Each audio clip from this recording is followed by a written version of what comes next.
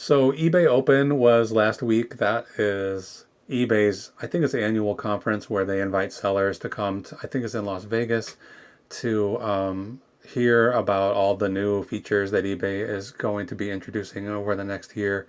And I think they also have like training sessions and classes and programs on how to improve as a seller on eBay. I did not go to this conference. I'm not going to be traveling across the country for something like this. Um, and I didn't really have time to watch any of it online. They publish it all through like video on demand. So I didn't really see any of the actual presentations, but I have seen a lot of announcements of the things that came out during the conference. There's five or six that I think are pretty interesting, and I'm going to talk about those, what I think about them.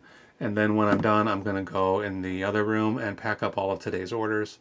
It's a pretty good sales day, and so stick with me through this, and we'll see exactly how much money I made today. So here we go. Okay, first on my list is this cost of goods implementation, which means when I'm creating a listing on eBay, I could add, there should be a field coming where I can add how much money I spent on the item that I'm selling.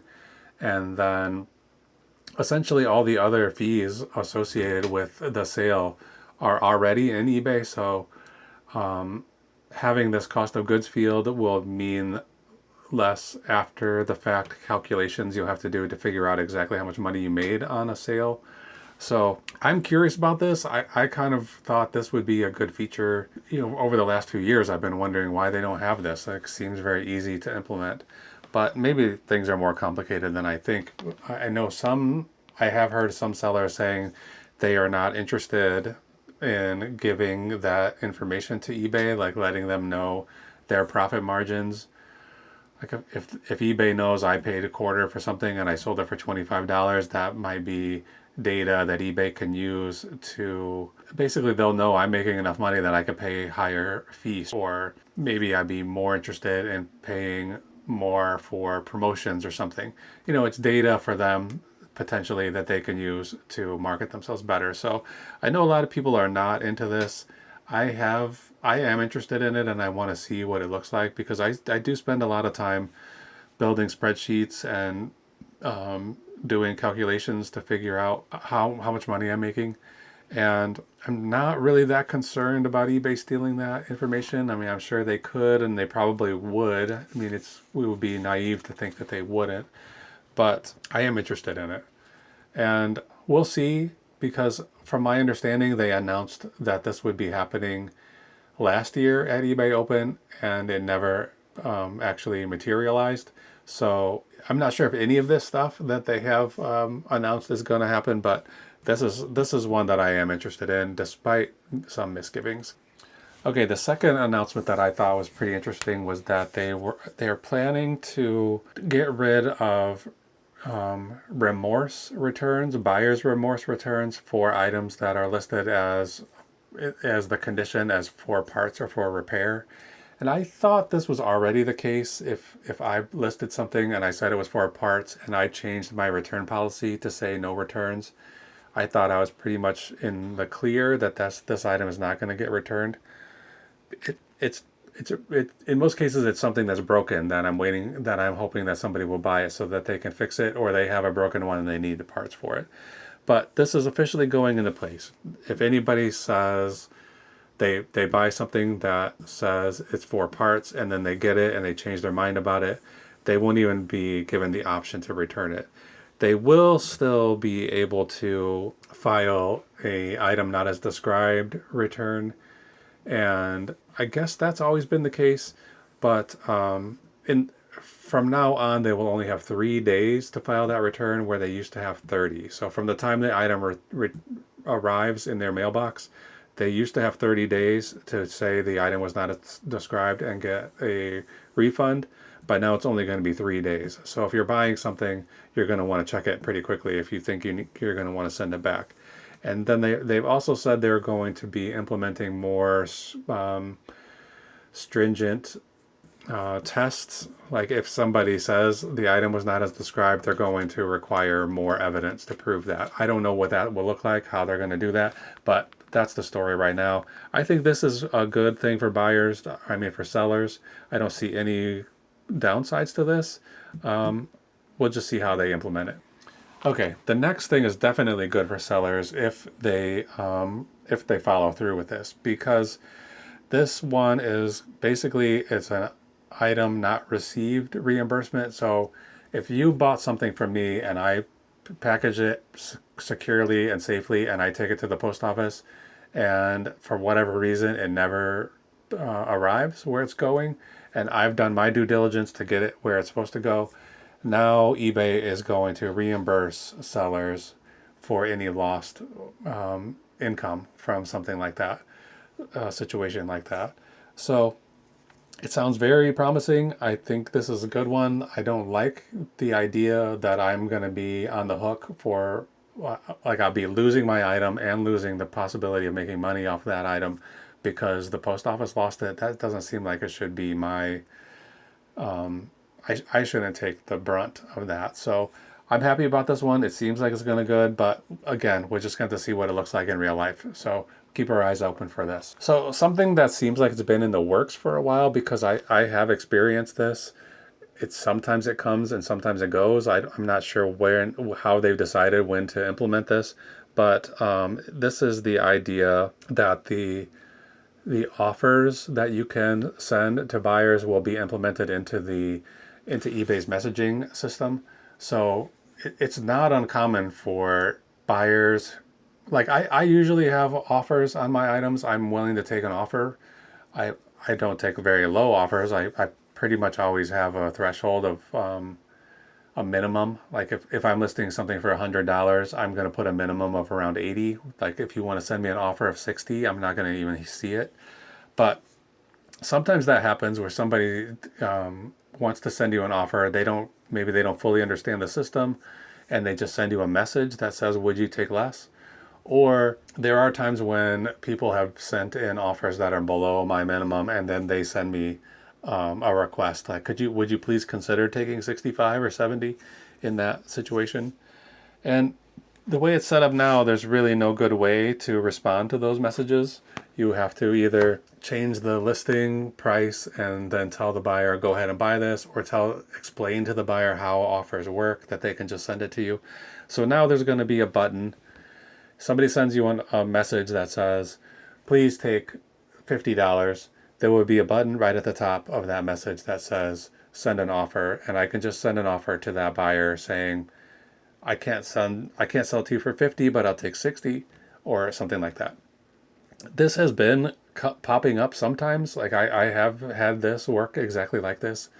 So I think this has been kind of in beta testing for a while, but they're saying it's going to be officially live, I think now already. Even some of these other things, I think they're waiting until October or later to premiere officially. But I think this one is supposed to be there, actively working right now. It's not a huge deal. No, I don't think this is the best, the greatest thing that they could do to improve their system, but it's a nice little convenience. So we'll see how this one goes. Okay, another thing they're planning to do, I'm not sure when this one is going to come into effect, but I know this one will make a lot of people happy. This is auto positive feedback.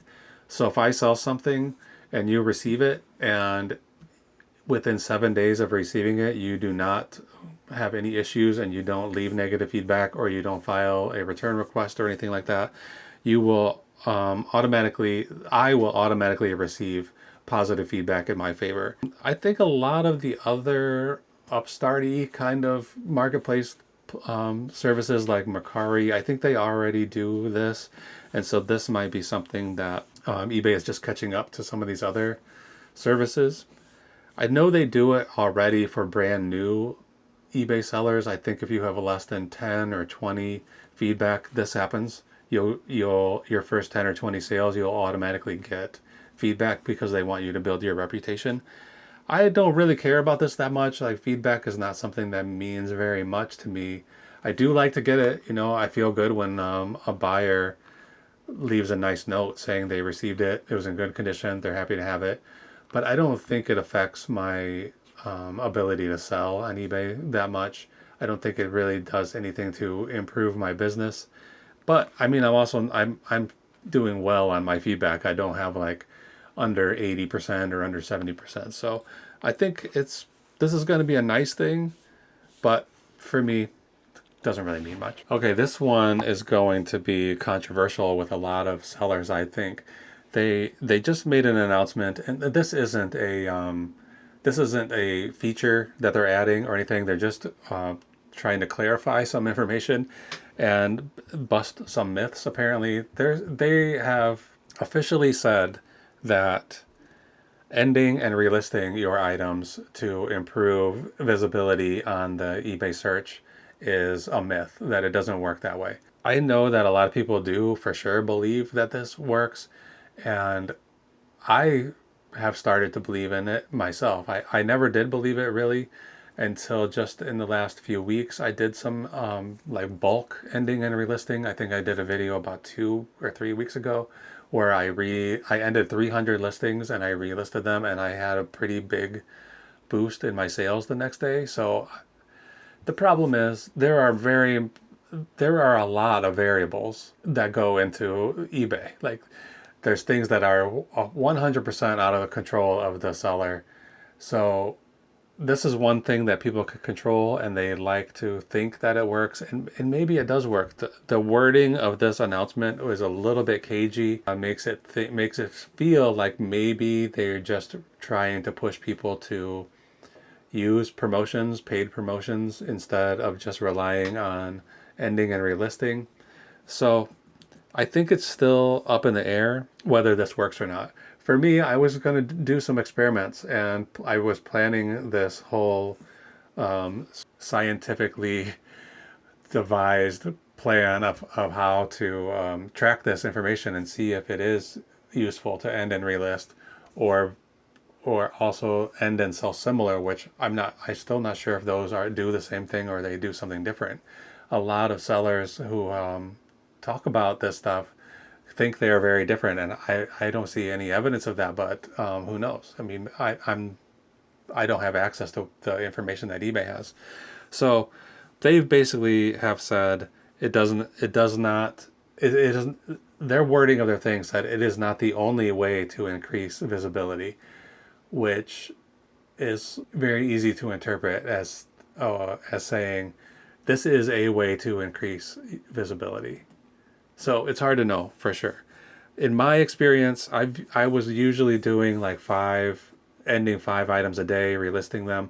None of those 5 items would sell quickly afterwards, so I thought this doesn't seem like it really works.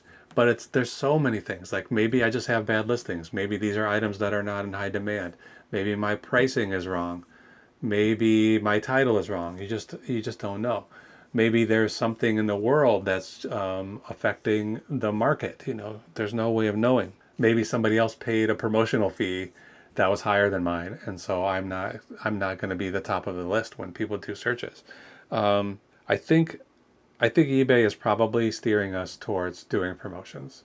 So in my experiments, the one time I did, I ended and relisted 300 items. And the next day I got like 12 sales. And maybe 5 of them were from those items that I relisted. It felt like it seemed so clear. There's a correlation here. About 2 weeks later, I did it again with a different 300 items. And the next day I got 1 sale. So it seemed like maybe this is not working the way I think it is, or other people suggest it is. It's so hard to know. For now, I think it's not a bad idea to end and relist your items every once in a while if you have the time to do it, but it's probably not the be-all end-all that a lot of sellers will tell you it is. Okay, there's one feature that I really want, and I was kind of hoping they would make an announcement on this, and that revolves around videos in your eBay listing. So I'm not sure how long ago, maybe 2 years ago, maybe 3 years ago, eBay introduced the ability to add videos into your eBay listings, which I think they were probably taking that idea from Facebook Marketplace, which really encourages you to put video if you're creating a listing. So that ability appeared. It does exist, but it is not. You are not able to access that ability from the mobile app, the eBay mobile app. You have to go to a browser, a regular web browser, in order to post a video to your listing. And if everybody has, I think most people are probably similar to me, and they're using their phone to take photos, and they're using their phone to take videos, and then that video is on your phone. It makes the most sense to be able to just upload that video from your phone to the eBay app. As it stands now, you have to either figure out some way to get that video to your computer, which for some people may be easier than for others. For me, it's not that easy. I have several options. You know, I can figure out some kind of airdrop situation, but I have an Android phone, and that doesn't seem to be the easiest thing. Or you can email the video to yourself and then retrieve it from your desktop computer or your laptop. Or you can put it into something like Google Drive and get it from there.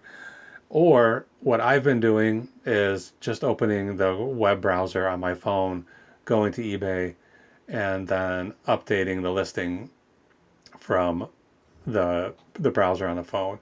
And it is cumbersome, to say the least. You know, the eBay website, the official normal eBay website, is not mobile friendly, which is wild. I mean, this is 2025. That's something that should have been addressed a long time ago. So it is not mobile friendly. You have to zoom so far in to try to find the things that you want to find. Clicking on the links doesn't work the way you want it to work. It is so cumbersome that I dread doing it. I would put videos on almost every one of my listings if it wasn't so difficult. As it stands, I do it for like electronic devices where I want to show that this thing is actually functioning. And even then, I always save those listings for last. I like drag my feet on them because I know I'm going to put a video and it's going to be a pain in the butt. So if eBay's listening for next year, eBay Open, announce that you have updated the mobile app for you to upload videos. It doesn't feel like it would be difficult.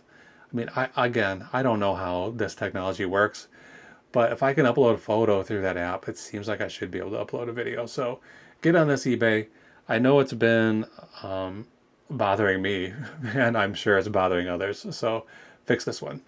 Okay, so there might have been more announcements that I'm not aware of, but these are the ones that seem the most interesting to me. Some seem good, some seem like they're just kind of wait and see, and some I think they still need a little bit more work. You can tell me in the comments if any of these seem interesting to you if you're a seller, and what other features you'd love to see eBay implement. For now, I'm going to go get started packing up the orders that came in today. Okay, there's 6 orders right now. I have a 7th. It's an offer that I accepted that I'm just waiting for payment. I hope that will come tonight and we can get all of these things out of here. But for now, we're going to pack up these 6 orders. It's a pretty good sales day. I think right now it's about $300. After we pay shipping fees, I guess we'll probably be down to $250 or so. We'll find out as we get to the end of the video. I'll buy all the shipping labels, and then end the video by going over all the profits and see how we did today. All right, first thing I have here is this little, I don't know if it's a board game or a card game. I think it's probably a card game. It's called Loot. It's about pirates. It's not a big seller. I paid only $2 for it, and I sold it for $18. Pretty good, I'd say. I think it's been sitting here for quite a while. I bought this on July 24th of 2024. So right now it's August 19th.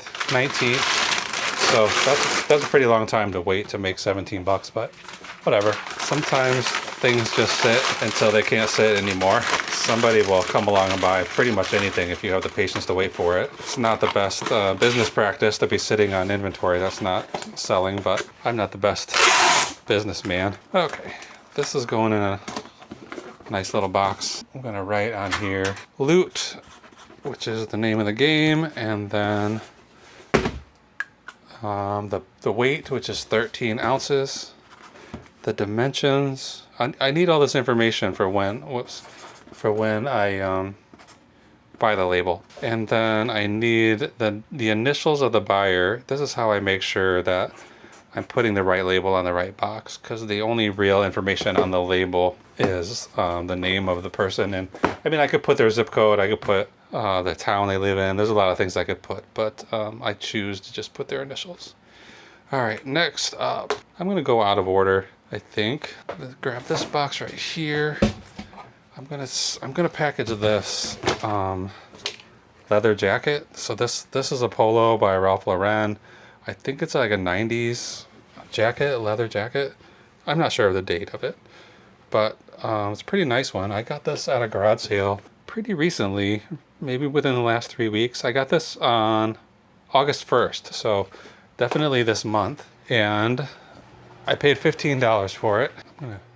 This is a pretty big plastic bag to put this in, but I don't want to just put it directly in this box and have it be moving around in there. So I'm going to go ahead and put it in this. It's possible I have some slightly smaller bags here. This is sort of a little catch-all box for stuff that I might use in the future, like this plastic bag, which is probably better suited. So let's try that. So this jacket has a little bit of damage on it, some wear where somebody was putting their keys in and out of the pocket. So like the right hand pocket has wear around it, and there's this strange like black mark across the back of it. So this is probably, without that wear, this is probably a $250 to $300 jacket. I had listed it only for one day. This is one of the things that I was just talking about last night, how I had things that were scheduled to go out to get posted in the future, and I just decided to list them all at once. So this was only listed one day. I had it listed at $199, and somebody offered me $150, and so out it goes. Okay, I guess I don't need that anymore. So $15 into $150. I mean, you can't really turn your nose up at that. All right, I want to use this paper tonight and get it out of here, but right now I'm only putting this paper. This box is probably too big. If I have a smaller one. That box is way too big for that. It's going to be an awful lot of paper in there. Let's see what else I have. I don't think it will fit in one of those. This one would be good, but it would need to be trimmed down a little. Let's see what's in here. So I started, I put these shelves up in here, and I'm starting to put some, like, just store empty boxes in here. How big is this? This is probably too small. I think that coat could probably compress down quite a bit though, so it might not be bad. But it would be nice to put this in a brand new box for $150. I just don't think I have a box that's exactly the right size, but maybe this, yeah, I think this will probably work. I think I can fit it in here. I do like to, if somebody spends a lot of money, I want to give them a nice presentation, the nicest I can without going crazy. So we'll try this brand new box and see. I think it'll fit in here. Yeah, that's gonna be just fine. Okay, I'm gonna put a piece of cardboard in here so that if they happen to take their knife like this and try to open the box, they won't cut into the coat. So $150, I don't know. I still get excited about bringing in these cheap items and turning them into expensive items. $15. This sale, I remember clearly the sale had absolutely nothing. I was walking around looking at everything and trying to find something I could turn into a sale, and then one of the last things I saw was just this coat. It was hanging off by itself. It wasn't on a rack. I mean, it was on a rack, but not in line with all the other clothing. It was kind of on the end, hanging off the end of the rack. And I saw it very last minute. I was just getting ready to leave, scooped it up. 3 pounds 1 ounce. So I would prefer if this was 3 pounds even, but 3 pounds 1. 13 by, I know how big this is, 13 by 10 by 6. And who's it going to? I suspect this is going to be going to China or Japan. No, I think it's probably going to Japan, because it's going to a city in California, which I think is known for freight forwarding. And it has the buyer's name, which looks Japanese to me, but then it has parentheses and has some other information that I think is probably used by the freight forwarder to make sure they send it to the right person. I don't know how that business works. I'm not really, I know some people do get a little upset that they're sending stuff to a freight forwarder and then that forwarder sends it off to another country. I don't care about that. I got paid for it. They paid me the amount that I asked for. We're all good. Okay, here I have, I think this is Rotary, no, United Way. It's a lapel pin for the United Way. It says 50 years of caring. This is not a big seller, $4.99. But I'm charged $7 shipping. It's probably only going to cost $4 to ship this. $4.15 or $4.56 or something. I do like these kind of things. Just, I don't know. I just like lapel pins. I probably never put one on for myself, but I do like them. I think they're cool. And I don't care about United Way that much. You know, I'm not that excited about this pin. But I got a ton of pins from several different places. This one I think came from a little church resale shop, and I bought a pin at that shop that was a Spiro Agnew campaign pin. I bought it for like a thin dime or 20 cents or something. I think they were 5 for $1, so 20 cents, and I sold it for like $60. This is one of my earlier like wins, I guess, where I felt like I made a good profit on something when I got back into doing eBay again. So that's probably 3 years ago. So I used to do eBay semi full-time when I was younger, like my later teen years, and it was harder back then because you didn't have access. There's no way to research on the fly. Like, you'd be out shopping looking for inventory. You just had to do your best guess if that stuff was going to be valuable or not. Now you can take a phone with you everywhere and find out instantly whether you're gonna be able to sell this thing or not. I can't remember the point of this. Oh, so I got back into eBay selling. That was probably like 1999 through 2002 or 3 or something like that. And then I got back into it within the last 3 or 4 years and tried to make it a little bit more serious. Take it a little bit more seriously. This doesn't weigh anything at all, 0.1 ounce. Well, I'll just call it 1 ounce. That's the lowest I can do. And this is 9 by 6 by 1. It's going to SC in Pennsylvania. All right, next. What should we do next? This is another thing that just got listed, sold in one day. It's a Sony Handy Cam, old-timey Handy Cam video recorder. This is not the box it comes in. I'm gonna throw this away right now. I'm gonna throw it away. So I got this for $5 at a garage sale just 2 or 3 weeks ago, August 8th. I got this. Like I said, today's the 19th, sold today. Listed yesterday, sold today. So $85 I got for that. Pretty good. It comes with 2 batteries, one big battery, one slim battery, and then this I've never seen before. It's like an adapter to just use regular AA batteries. Then also the way to just plug it into the wall. Like, this thing hooks where the battery was, and then it can just be plugged in. It worked. Everything worked fine with that part plugged in. This smaller battery I got to work, and I took videos of it working, so I guess that's confirmation that it's in pretty good working condition. So this buyer paid me $85 for it. I probably could have gotten $100. I think this was an offer. I had it listed for $100 and they offered me $85 and I took it.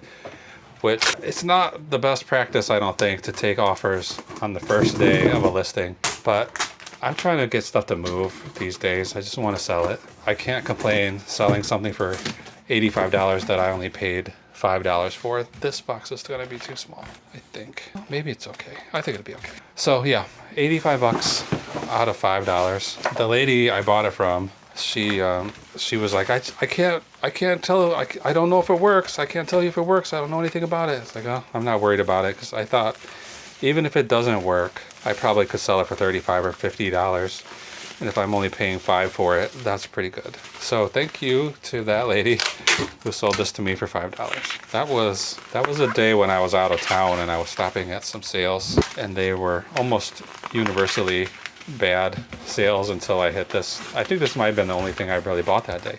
No, I bought this, and I bought these CBs. I sold the other CB. Here's the second one. I sold two. I had a listing for two CBs. I sold one yesterday. And then the buyer said he didn't want both of them. He only wanted one of them, so told me to keep it. So I got that one relisted today for, I think, $20, $25. The second one, the better one, sold for $100. I don't know if I need to put, might as well. I was trying to decide, should I skip putting bubble wrap on all of these pieces? But I'm gonna go ahead and do it, at least on some of them. So it comes with a remote. That thing, I probably could have parted this thing out and done pretty well on it. I bet I could have sold this remote for 30 bucks on its own. So that goes there. This is the battery 9-volt adapter. I mean AA adapter. And then this is the charger. It's got a battery on it and also the plug-in thing. I'm just gonna put this one in here without bubble wrap and put that there. Then the remote on top. Let's get this in here and more. I'm just gonna put these pieces in and then let's put some paper in there. This probably could use a slightly bigger box, but I don't have one. It feels good. Feels nice and solid. Yeah. Okay. Sony 4 pounds 13, so 5 pounds. This is gonna be 11.97, 11 by 9 by 7. And who's it going to? I have quite a few heavier items today. This is going to AO in Brooklyn, New York. Here we go. All right, here we go. Next thing. This is just a hole punch kind of a thing. It's for making, it's for this system where you have a binder with these things and then you can put the papers in, so it cuts out sort of a mushroom shape, and then you can slide it into the binder, and then you have these pages you can put in and out. It's a Staples brand thing. I was kind of surprised that it was worth a little bit of money.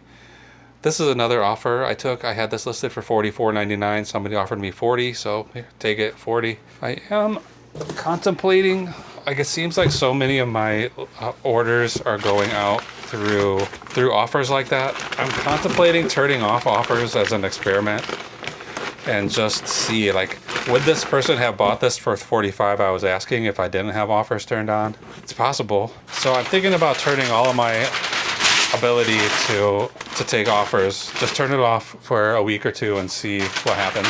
If I start losing money or if I make more money. It could go either way. There's no way to know with this stuff. You just got to try things and see what works. But like I was talking about earlier, there's so many variables that affect sales that as a seller, you're just not able to control everything. All right, this box, I just brought this box home from work today, and it has all of this paper tape around the edges, which is difficult to remove and difficult to cover, but I'm not worried about it too much. Some people say this paper tape is stronger than whatever you call this, transparent tape, but I haven't had that experience. I just opened a box exactly like this today, and I just did it with my fingers. It was almost falling apart in my hands, so I'm not going to be switching to paper tape anytime soon, even though it's probably better for the environment, I would guess. So I'm gonna go ahead and put a piece of tape on the bottom here because, like I just said, I don't trust that tape that well. All right, so I'm gonna write on here, punch. Let's see how much it weighs, 3 pounds? Whoa, 5 pounds, 11, almost 6 pounds. I don't know how big this box is. 18 by 12 by 7. 18 by 12 by 7. Let's get a buyer's initials, which is JTSL. A lot of names. All right, that one's ready. Now, the last one to go, I'm assuming that other order did not complete. This is another thing that eBay should get on top of.